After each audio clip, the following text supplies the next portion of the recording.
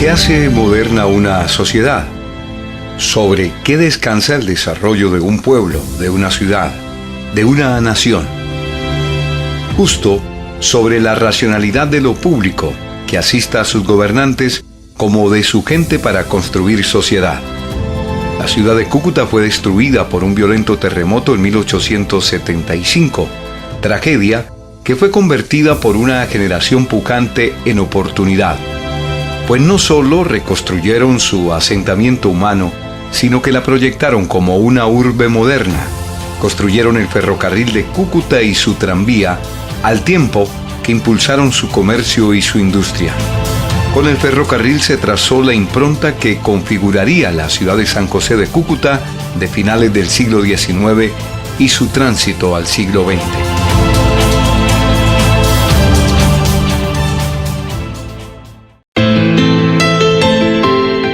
Al tiempo que se construía el camino carretero a Puerto Villamizar, se discutía la conformación de una compañía que construyera una vía de ferrocarril. El 10 de febrero de 1876 se presentaron las bases para la formación de la compañía, cuyo objeto era la construcción de un ferrocarril entre San José y Puerto Villamizar, el cual sería construido sobre el camino carretero ya en pleno funcionamiento. Se pusieron en venta 700.000 pesos en acciones que rápidamente fueron adquiridas por los particulares. El 4 de noviembre de 1879 se firmó el contrato y se inició la obra del ferrocarril de San José de Cúcuta a Puerto Villamizar. Muchos fueron quienes participaron en su desarrollo. Sin embargo, se destaca la actuación de personas como don Aristides García Herreros, Domingo Guzmán, Juvenal Díaz, así como los aportes inmejorables de Juan Nepomuceno González, quien llegó a ser el accionista principal individual y el ingeniero jefe de la obra. La protocolización formal de constitución de la Compañía del Ferrocarril de Cúcuta se hizo mediante la escritura pública número 23 de la Notaría Primera de Cúcuta el 12 de enero de 1878.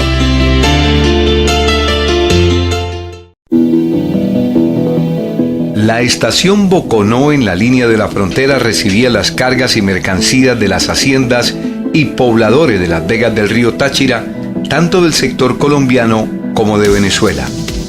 Estación Villa del Rosario. Está ubicada en la ciudad de Villa del Rosario, norte de Santander. Fue vendida por el municipio en 1992 y hoy está en manos de propietarios privados. Su estado actual es muy malo. Se encuentra en situación deplorable y afronta varios procesos judiciales sobre su propiedad.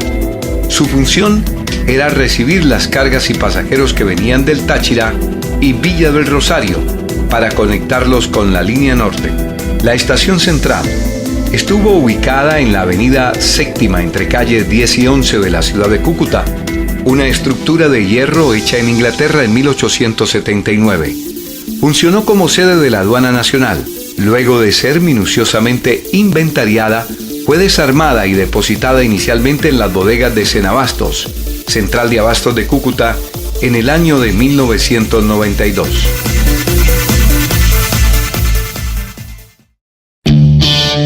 Las estaciones del ferrocarril de Cúcuta fueron importantes obras arquitectónicas en su época y albergaron en sus andenes mercancías, personas y comercio en general. Lamentablemente, hoy no es posible admirarlas como en otros tiempos por el descuido y el abandono en que se encuentran la mayoría de ellas. Todas hacen parte del conjunto del orden nacional de los pasajeros del ferrocarril en la categoría de monumento nacional. La estructura de su cubierta fue importada por error, pues al parecer los fabricantes ingleses debían remitirla para la ciudad india de Calcuta, pero marcaron Cúcuta en el manifiesto, de tal modo que la estructura llegó a Maracaibo con destino a esta plaza.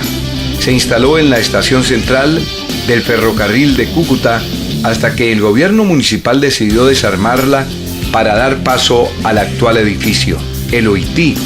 Actualmente se encuentra en total abandono en el pórtico, en los talleres de las empresas municipales. En la estación central se llevaban a cabo los principales trabajos de reparación y mantenimiento de las locomotoras y equipos del ferrocarril. Tenían asiento allí las oficinas de la compañía y la jefatura de personal de maquinistas y obreros. Desde la estación central se controlaban los itinerarios, los negocios de transporte y los despachos especiales que con frecuencia se demandaban. Se inauguró en 1927. Está ubicada en el municipio de Bochalema, norte de Santander, en el kilómetro 37 de la línea sur. Ha albergado escolares, desplazados y militares. Sus propietarios son el municipio de Bochalema y Ferrovías. Su estado de conservación es bueno. La estación sur, localizada en la avenida Primera, frente al puente de San Rafael, definía la salida y destino de la línea sur. Recibía la carga y pasajeros del sector de Toldederos, Los Patios y Los Colorados. La estación central también administraba las líneas, despachos e itinerarios del tranvía. La estación de Puerto Santander está ubicada en el municipio de Puerto Santander. Hace parte del conjunto del Orden Nacional de los Pasajeros del Ferrocarril, en la categoría de Monumento Nacional. Actualmente alberga la plaza de mercado de esa localidad. Su propietario es Ferrovías. Fue la última estación al norte, desde donde se conectó el ferrocarril con el Gran Ferrocarril del Táchira a través del Puente Internacional Unión.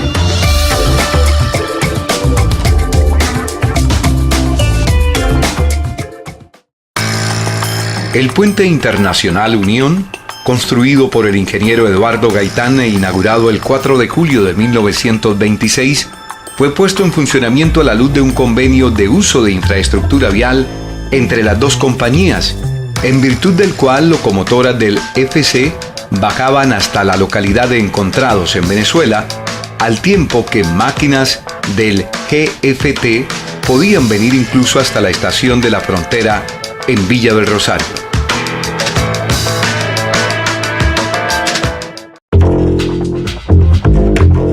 Cuando los cucuteños bajaban a conocer el mar, solo tenían que armar paseo, comprar su tiquete, ocupar escaños según su clase y al puerto de Encontrados, desde donde tomaban una embarcación que los llevaba al lago de Maracaibo, donde disfrutaban de lo lindo.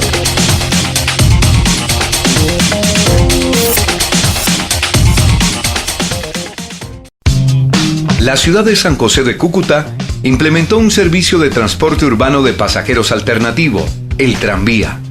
En 1880 fue contratado el señor Elías Lucán Ruiz para construir la ruta entre la estación Cúcuta del ferrocarril, hoy terminal de transportes, y el edificio de Aduana Nacional, parada obligatoria y estación del ferrocarril donde se pagaban los impuestos sobre la carga.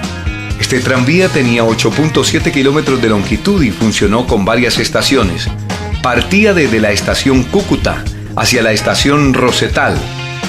Luego seguían la estación de la Aduana Nacional, la estación Sur o el puente San Rafael. Y para finalizar el recorrido, la estación Puente Espuma, actual Cementerio Central. Las locomotoras que operaban el tranvía se llamaban la Pamplonita, la Tachirlore, la Floresta, la Torbes, la Tonchalá y la Grita. El 1 de noviembre de 1941, el tranvía dejó de funcionar. Vinieron el asfalto para las calles y la apuesta por los carros no se hizo esperar.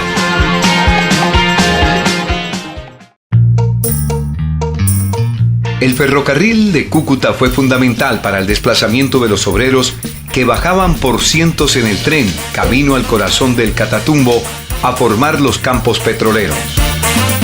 Pero como donde hay hombres, habrá mujeres, pronto en el mismo tren bajaron las trabajadoras sexuales a los campos petroleros. Allí en la selva, los mismos obreros les construyeron sus cabañas con tablas en una ramada, justo donde hoy está la calle principal de Tibú. Los petroleros tomaban de nuevo el tren de regreso en la estación de Puerto Villamizar. Subían a Cúcuta cargados con frutas de la selva o animales exóticos.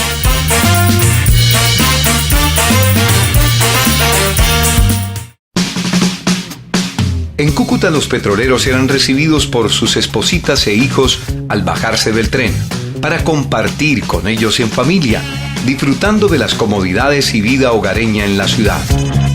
Con el tiempo se generó una impronta social y cultural bien reconocida.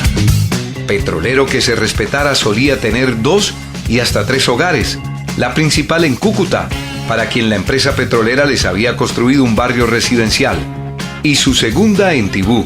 Así nacieron los barrios Colpet y Zagot en Cúcuta, como nació Tibú en el Catatumbo.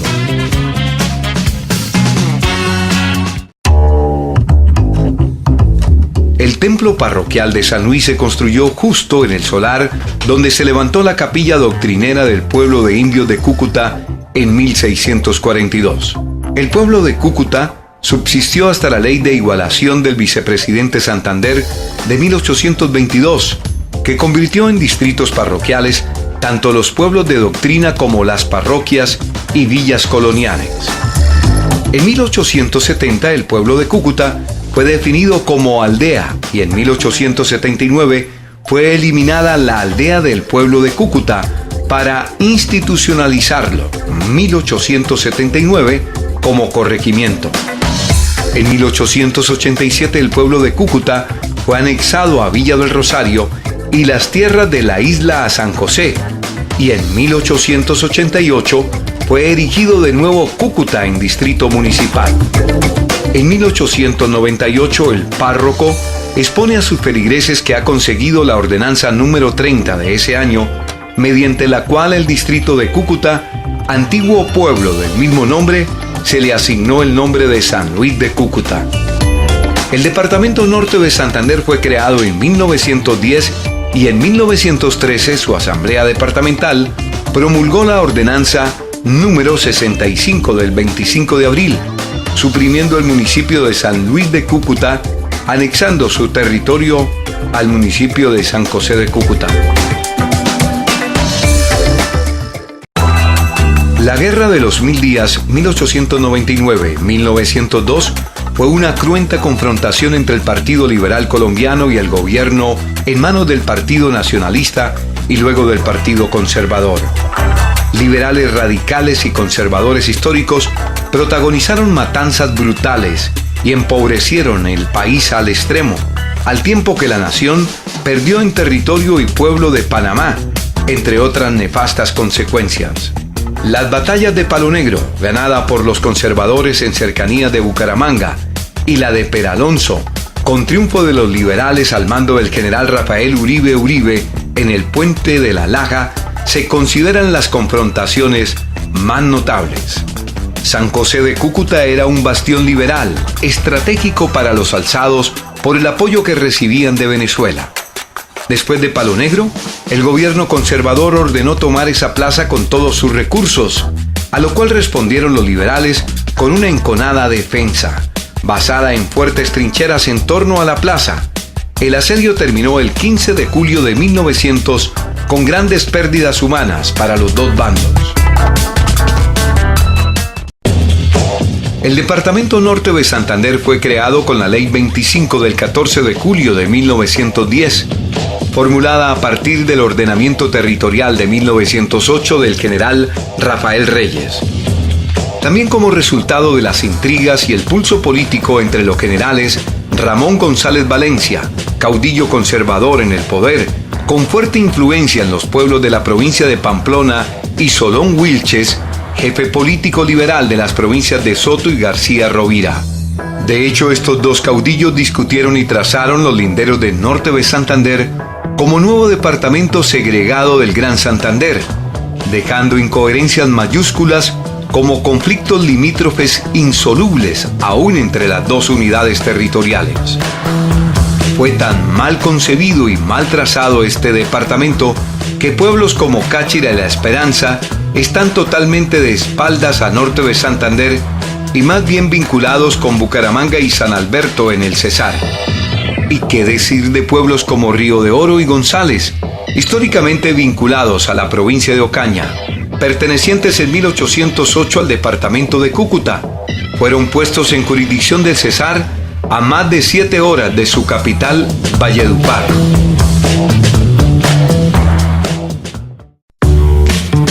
Después de algunos tropiezos con un concurso convocado por los diseños del palacio en 1911, así como dificultades con la prensa y políticos locales en 1912, el general Ramón González Valencia, a la sazón presidente de la República, compró el lote, la escritura la número 829 del 17 de diciembre de 1913, notaría primera, y ordenó el inicio de las obras a cargo del ingeniero Marco A. Gómez. El diseño proponía una cúpula elíptica, pero los fabricantes la cambiaron por la que hoy conocemos como la cúpula chata, adquirida en Nueva York y traída al país en 1915. La obra básica se concluyó en 1916, aunque aún faltaban pisos y ornamentación.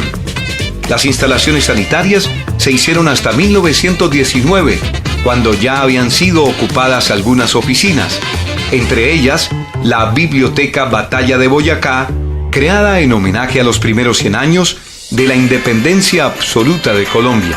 Solo hasta el gobierno de Ramón Pérez Hernández, 1927-1930, se terminaron las instalaciones hídricas y ornamentación total del palacio. De ahí hasta el voraz incendio de 1989, que demandó una completa restauración.